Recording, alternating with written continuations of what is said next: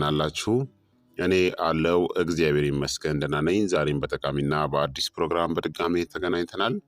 በዛሬው የጤና ፕሮግራማችን ላይ የምንመለከተው የወይራ ዘይት ለፀጉራችሁ የሚሰጠውን አስደናቂ የጤና ጥቅሞችን እነግራችኋለሁኝ። እናም ደግሞ መጠቀም የሌለባቸው ሰዎችስ ምን አይነት ሰዎች ናቸው የሚለውን በዚህ ቪዲዮ ላይ የወይራ ዘይት ለፀጉራችሁ የሚሰጠው ድንቅ ጥቅሞች በስፋት የማብራራ ይሆናል ማለት ነው።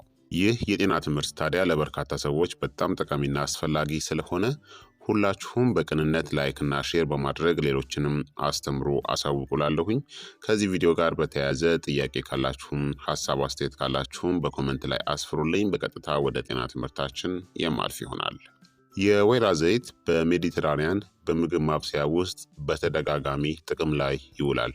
በተለይም እንደ ስፓጌቲ፣ ትኩስ ሰላጣ እናም አሳ ላሉ ምግቦች ተመራጭ ማብሰያ ነው። የወይራ ዘይት ታዲያ ለአመጋገብ ብቻ ሳይሆን ለቆዳ እናም ለፀጉር ውበትም በርካታ ጥቅሞችን ይሰጣል።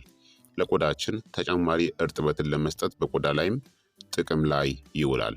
ታዲያ የወይራ ዘይትን በፀጉር ላይ መጠቀም ይቻላል ወይንስ ደግሞ አይቻልም የሚለውን በቅድሚያ ልንገራችሁ። አዎ፣ የወይራ ዘይትን በፀጉራችሁ ላይ መጠቀም ትችላላችሁ።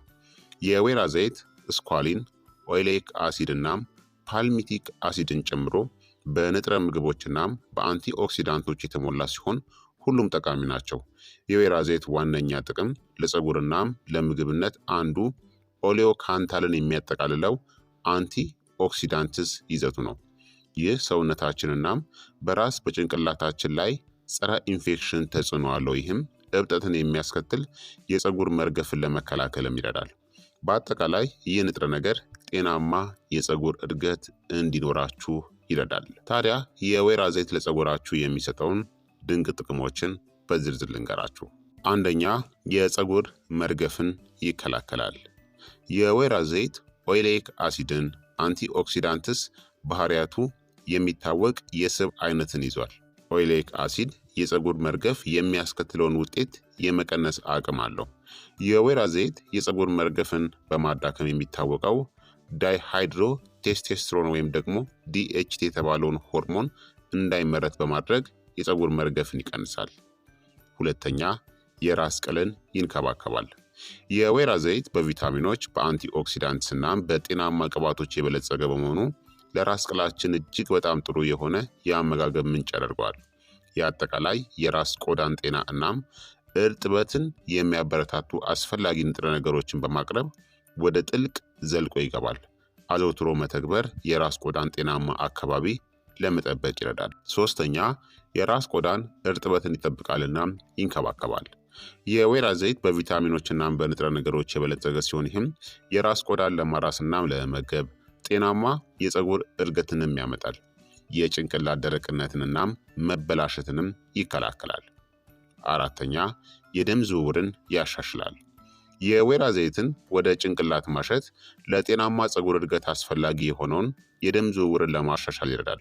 ወደ ፀጉር ከረጢቶች የተሻለ የደም ዝውውር እድገትን ያበረታታልና ፀጉርን ያጠናክራል። አምስተኛ፣ የፀጉር ዘንግን ያጠናክራል። የወይራ ዘይት የፀጉርን ዘንግ ለማጠናከር የፀጉር ስብራትን ለመቀነስ የሚረዱ ጸረ ባክቴሪያ መድኃኒቶችንና የቅባት አሲዶችን ይዟል። ይህም ረዘም ላለ ጊዜ ጤናማ ፀጉርን በጊዜ ሂደት ሊያመጣ ይችላል። ስድስተኛ፣ የፀጉር መርገፍን ይከላከላል። የወይራ ዘይትን በጭንቅላት ላይ አዘውትሮ መጠቀም ስሩን በማጠናከርና ጤናማ የፀጉር እድገትን በማስተዋወቅ የፀጉር መርገፍን ለመከላከል ይረዳል። በተጨማሪም በአካባቢያዊ ሁኔታዎች ምክንያት የሚመጡ ጉዳቶችን ለመከላከል ይረዳል። ሰባተኛ፣ ፎሮፎርን ይቀንሳል። የወይራ ዘይት አንቲ ኢንፍላማቶሪ ባህሪ ያለውናም የራስ ቆዳን ለማስታገስናም ለማረጋጋት ይረዳልና ፎሮፎርን ይቀንሳል። በተጨማሪም የራስ ቆዳን የተፈጥሮ ዘይቶችን ሚዛን ለመጠበቅ ይረዳል። ከመጠን በላይ ዘይት እንዳይፈጠርም ይከላከላል። ስምንተኛ፣ አንጸባራቂ እናም ልስላሴን ይጨምራል። የወይራ ዘይት የፀጉርን ዘንግ በመሸፈንና የተቆራረጡትን የፀጉር ዘንጎችን በማለስለስ ፀጉርን እንዲያንጸባርቅና ለስላሳ እንዲመስል ሊያደርግ ይችላል። ይህም የፀጉርን አጠቃላይ ገጽታን ለማሻሻልና የበለጠ ታዛዥ እንዲሆን ለማድረግም ይረዳል። ዘጠነኛ የወይራ ዘይት ፀጉርን ከጉዳት ይከላከላል። የወይራ ዘይት ፀጉርን ከአልትራቫዮሌት ጨረሮችናም በብክለት ምክንያት ከሚደርስ ጉዳት ለመከላከል የሚረዱ አንቲኦክሲዳንቶችን ይዟል። በፀጉር ላይ መከላከያ ይሰራል፣ ጤናማናም ጠንካራ ያደርገዋል። 10ኛ የፀጉር እድገትን ያበረታታል። የወይራ ዘይት የራስ ቆዳን በመመገብና በማጠናከር የፀጉሩን ስር ለማነቃቃትናም አዲስ የፀጉር እድገትን ያመጣል። በተጨማሪም በጊዜ ሂደት የፀጉሩን መዋቅርናም ውፍረትን ለማሻሻል ይረዳል። 11ኛ የፀጉር የመለጠጥ ችሎታን ያሻሽላል። የወይራ ዘይት የፀጉርን የመለጠጥ ችሎታ ያሻሽላል። ይህም ለመሰባበርናም ለመጎዳት ያነሰ ያደርገዋል። ይህ ጤናማ ረጅም የፀጉር እድገትንና የተሰባበረ የፀጉር ጫፎችን ለመከላከል ይረዳል። 12ኛ የወይራ ዘይት እንደ ተፈጥሯዊ ኮንዲሽነርም ይሰራል። የወይራ ዘይት ለፀጉር ተፈጥሯዊ ማለስለሻ ሆኖ ሊያገለግል ይችላል። ይህም ለስላሳ እናም እርጥበት እንዲሰጥ ያደርገዋል። እንዲሁም ፀጉርን ለማላቀቅናም የበለጠ ታዛዥ ለማድረግም ይረዳል። ይህም ብስጭትን ወይም ደግሞ ቁጣን ይቀንሳል ማለት ነው። ስለዚህ የወይራ ዘይትን በፀጉራችሁ ላይ ብትጠቀሙ እነዚህን ድንቅ ጥቅሞችን የምታገኙ ይሆናል። የወይራ ዘይት በአጠቃላይ ደህንነቱ የተጠበቀ እናም ለብዙ ሰዎች ለፀጉር እድገት ጠቃሚ ቢሆንም ከመጠቀም ደግሞ መቆጠብ ያለባቸው የተወሰኑ ሰዎች አሉ ማለት ነው። እነዚህም አንደኛ ቅባታማ የራስ ቆዳ ያላቸው ሰዎች ናቸው። ቀደም ሲል ቅባታማ የራስ ቆዳ ካላችሁ የወይራ ዘይትን መጠቀም ፀጉራችሁን እናም የራስ ቅልን ወደ ስብነትናም የራስ ቀዳዳዎችንም ሊዘጋ ይችላል። ሁለተኛ የአለርጂ ችግር ያለባቸው ግለሰቦች ናቸው። ለወይራ ዘይት የታወቀ አለርጂ ካለባችሁ ምንም አይነት የአለርጂ ምላሾችን ለመከላከል የወይራ ዘይትን በፀጉራችሁ ላይ ከመጠቀም መቆጠብ ጥሩ ነው። ሶስተኛ አንዳንድ የራስ ቆዳ ችግር ያለባቸው ሰዎች ናቸው። እንደ ኤግዜማ፣ ሶሪያሲስ ወይም ደግሞ ሴቦሮይክ ደርማታይተስ ያሉ የራስ ቆዳ በሽታዎች ካለ የወይራ ዘይትን መጠቀም እነዚህን ሁኔታዎችን ሊያባብሰውና ምልክቶችን ሊያባብስ ይችላል። አራተኛ የፈንገስ በሽታ ያለባቸው ሰዎች ናቸው። ጭንቅላታችሁ ላይ የፈንገስ ኢንፌክሽን ካለባችሁ የወይራ ዘይትን መጠቀም አይመከርም። ምክንያቱም እርጥበት አዘል ባህሪ ስላለው ኢንፌክሽኑን ሊያባብሰው ይችላል። አምስተኛ ቀጭን ወይም ደግሞ ስስ ፀጉር ያላቸው ናቸው። የወይራ ዘይት ፀጉርን ለማጠንከርናም ለማራስ ጠቃሚ ቢሆንም ቀጭን ፀጉር ያላቸው ግለሰቦች ፀጉራቸው ይበልጥ የተዳከመ ወይም ደግሞ የሰባ ሊመስል ይችላል። ስድስተኛ በኬሚካላዊ የታገዘ ፀጉር ካላችሁ ነው። በኬሚካላዊ መንገድ የተስተካከለ ፀጉር ካላችሁ ለምሳሌ ቀለም የተቀባ ወይም ደግሞ ሌሎች ኬሚካሎችን በፀጉራችሁ ላይ ከተጠቀማችሁ የወይራ ዘይትን መጠቀም የኬሚካላዊ ሂደቶችን ሊያስተጓጉል ወይም ደግሞ የሕክምናውን ውጤትን ሊጎዳ ይችላል። እንደዚህ አይነት ሁኔታ ላይ ካላችሁ የወይራ ዘይትን ባትጠቀሙ ይመረጣል ማለት ነው። ታዲያ የወይራ ዘይትን እንዴት መጠቀም እንደሚቻል ደግሞ እነግራችኋለሁኝ። የወይራ ዘይትን በቀጥታ በፀጉር ላይ መጠቀም የፀጉርን እድገት ለማስተዋወቅና የፀጉርን ጤንነት ለማሻሻል ቀላልናም ውጤታማ መንገድ ነው። የወይራ ዘይትን በፀጉራችሁ ላይ ለመጠቀም አንደኛ ትክክለኛውን የወይራ ዘይት አይነትን መምረጥ አለባችሁ። ኤክስትራ ቨርጂን ኦሊቭ ኦይል ምረጡ፣ ምክንያቱም በትንሹ የተቀነባበረ እናም ለፀጉር ብዙ ጠቃሚ ንጥረ ነገሮችንና ጥቅሞችን ይይዛል። ሁለተኛ የወይራ ዘይቱን ማሞቅ ነው። የወይራ ዘይቱን ውጤታማነት ለመጨመር ፀጉራችሁ ላይ ከመቀባታችሁ በፊት በትንሹ ማሞቅ ትችላላችሁ። የወይራ ዘይቱን ለጥቂት ሰከንዶች አሙቁት፣ ግን ጭንቅላታችሁን እንዳያቃጥላችሁ በጣም ሞቃት አለመሆኑን አረጋግጡ። ሶስተኛ ፀጉራችሁን መክፈል ነው። የወይራ ዘይቱ በእኩል መጠን ተከፋፍሎ በሁሉም የጭንቅላትናም የፀጉር ክፍሎች ላይ መድረሱን ለማረጋገጥ ፀጉራችሁን ከፍላችሁ መቀባት ነው። በጣታችሁ ጫፍ ወይም ደግሞ በጥጥ በተሰራ መቀቢያ በመጠቀም ሞቃታማውን የወይራ ዘይት በራስ ቆዳችሁ ላይ መቀባት ጀምሩ። በማንኛውም የተጎዱ ወይም ደግሞ ደረቅ ቦታዎች ላይ ማተኮር አለባችሁ። ከዛም የራስ ቅላችሁን በደንብ ማሸት፣ የደም ዝውውርን ለማነቃቃትናም ዘይቱን ወደ ፀጉር ስር እንዲዋጥ ለማድረግ ከ5 እስከ 10 ደቂቃ ያክል የራስ ቅላችሁን በቀስታ ማሸት አለባችሁ። በመቀጠል ፀጉራችሁን ሸፍኑ።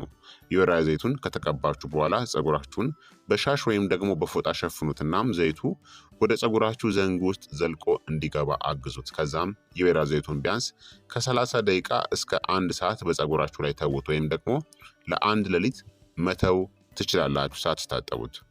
ረዘም ላለ ጊዜ ትታችሁት በቆያችሁ ቁጥር ውጤቱ የተሻለ ይሆናል። የሚፈለገው ጊዜ ካለፈ በኋላ ዘይቱን ለማስወገድ ፀጉራችሁን በደንብ በሻምፖ ታጠቡ። ሁሉም ዘይት ከፀጉራችሁ ላይ መወገዱን ለማረጋገጥ 2 ጊዜ በሻምፖ መታጠብ ያስፈልጋችሁ ይሆናል። እንደተለመደው እርጥበትን ወደ ነበረበት ለመመለስ መደበኛውን ኮንዲሽነር ተጠቀሙ። አንዴ ፀጉራችሁ ንጹህ ከሆነ እናም ከተስተካከለ በኋላ እንደተለመደው ማስዋብ ትችላላችሁ። ጤናማ ፀጉርን ለመጠበቅ እናም የፀጉርን እድገት ለማራመድ ይህንን በሳምንት 1 ጊዜ ወይም ደግሞ እንደ አስፈላጊነቱ ደግማችሁ መጠቀም ትችላላችሁ። ታዲያ የወይራ ዘይት የጎንዮሽ ጉዳቶችስ ምንድን ናቸው የሚለውን ደግሞ ልንገራችሁ። የወይራ ዘይት በአጠቃላይ ለአብዛኛዎቹ ሰዎች ፀጉራቸው ላይ ለመጠቀም ደህንነቱ እየተጠበቀ ቢሆንም አንዳንድ ሊታወቁ የሚገባቸው የጎንዮሽ ጉዳቶችም አሉ። እነዚህም አንደኛ ቅባት ወይም ደግሞ ወዝን ያመጣል። የወይራ ዘይትን አብዝቶ መጠቀም ወይም ደግሞ በአግባቡ አለመታጠብ ፀጉሩ እንዲወፍርናም እንዲዝል ያደርጋል። ይህ የቅጥ አሰራርን አስቸጋሪ ያደርገዋልናም ዘይቱን ሙሉ በሙሉ ለማስወገድ ብዙ መታጠብ ሊፈልግ ይችላል። ሁለተኛ የአለርጂ ምላሾችን በአንዳንድ ሰዎች ላይ ሊያስከትል ይችላል። ለወይራ ወይም ደግሞ ለወይራ ዘይት አለርጂ የሆኑ ግለሰቦች የወይራ ዘይትን በፀጉራቸው ላይ ሲጠቀሙ የአለርጂ ምላሾች ሊያጋጥማቸው ይችላል። ምልክቶቹም እንደ ማሳከክ፣ መቅላት፣ እብጠትን ሊያስከትሉ ይችላሉ። የሚታወቅ አለርጂ ካለባችሁ የወይራ ዘይትን በፀጉራችሁ ላይ ከመጠቀም መቆጠብ ጥሩ ነው። ሶስተኛ ቡግርን ወይም ደግሞ መሰባበርን ሊያስከትል ይችላል። የወይራ ዘይት በፀጉር ላይ በሚቀባበት ጊዜ የፊት ወይም ደግሞ የአንገት ቆዳ ላይ ንክኪ ከተፈጠረ የቆዳ ቀዳዳዎችን በመዝጋት ወደ ብጉር ሊያመራ ይችላል። በተለይም ቅባታማ ቆዳ ያላቸው ሰዎች ለብጉር ተጋላጭ ናቸው። አራተኛ የፀጉር መድከም ነው። የወይራ ዘይት ፀጉርን ለማራስናም ለማስተካከል ጠቃሚ ቢሆንም ከመጠን በላይ መጠቀም ወይም ደግሞ በአግባቡ አለመታጠብ ፀጉርን እንዲከብድናም እንዲዳከም ያደርጋል። በተለይም ቀጭን ፀጉር ላላቸው ግለሰቦች። አምስተኛ በቀለም ያሸበረቀ ፀጉርን ውበቱን ይቀንሰዋል። በቀለም የተዋበ ፀጉር ካላችሁ የወይራ ዘይትን መጠቀም ቀለሙ ቶሎ እንዲደበዝዝ ያደርጋል ወይም ደግሞ የቀለም ሂደት ውጤቱን ይጎዳል። በቀለማት ያሸበረቀ ፀጉር ላይ የወይራ ዘይት ከመጠቀማችሁ በፊት ከፀጉር ስራ ባለሙያ ጋር መማከር ጥሩ ነው። ስድስተኛ የራስ ቅል ብስጭትን ሊያስከትል ይችላል። አንዳንድ ግለሰቦች በፀጉራቸው ላይ የወይራ ዘይትን ሲጠቀሙ የራስ ቅል ብስጭት ወይም ደግሞ ቁጣ ሊሰማቸው ይችላል። ይህ እንደ ማሳከክ፣ መቅላት ወይም ደግሞ አለመመቸትን ያስከትላል። ማንኛውንም አይነት ብስጭት ካጋጠማችሁ መጠቀማችሁን ማቆምና የቆዳ ሕክምና ባለሙያን ማማከር ጥሩ ነው። ሰባተኛ ለተወሰኑ የፀጉር አይነቶች ተስማሚ አይደለም። የወይራ ዘይት ለአብዛኛዎቹ የፀጉር አይነቶች ጠቃሚ ሊሆን ቢችልም ቅባታማ የሆነ የራስ ቆዳ ወይም ደግሞ አንዳንድ የራስ ቆዳ ችግር ያለባቸው ግለሰቦች ምልክታቸውን እንደሚያባብስ ወይም ደግሞ በጭንቅላታቸው ላይ የተፈጥሮ ዘይቶችን ወደ አለመመጣጠን ሊያመራ ይችላል። ስለዚህ እነዚህን ጉዳቶች ያስከትላል ማለት ነው። በአጠቃላይ የወይራ ዘይትን በፀጉራችሁ ላይ ከመጠቀማችሁ በፊት የአለርጂ ምላሾችን ወይም ደግሞ ስሜቶችን ለመፈተሽ የፓች ቴስት ወይም ደግሞ ሙከራ ማድረግ አስፈላጊ ነው። ማንኛውም የጎንዮሽ ጉዳት ካጋጠማችሁ መጠቀማችሁን አቁሙ እናም የጤና ባለሙያን ማማከር ያስፈልጋል ማለት ነው። ስለዚህ ክቡራትና ክቡራን ተመልካቾቼ የዛሬው የጤና ትምህርት እንግዲህ ይህንን ይመስል ነበረ። የወይራ ዘይት ለፀጉራችሁ ብትጠቀሙ የምታገኙትን ጥቅም፣ አጠቃቀም፣ ጉዳቱን፣ መጠቀም የሌለባቸው ሰዎችን በዚህ ቪዲዮ ላይ በሚገባ ነግሬያችኋለሁ ማለት ነው።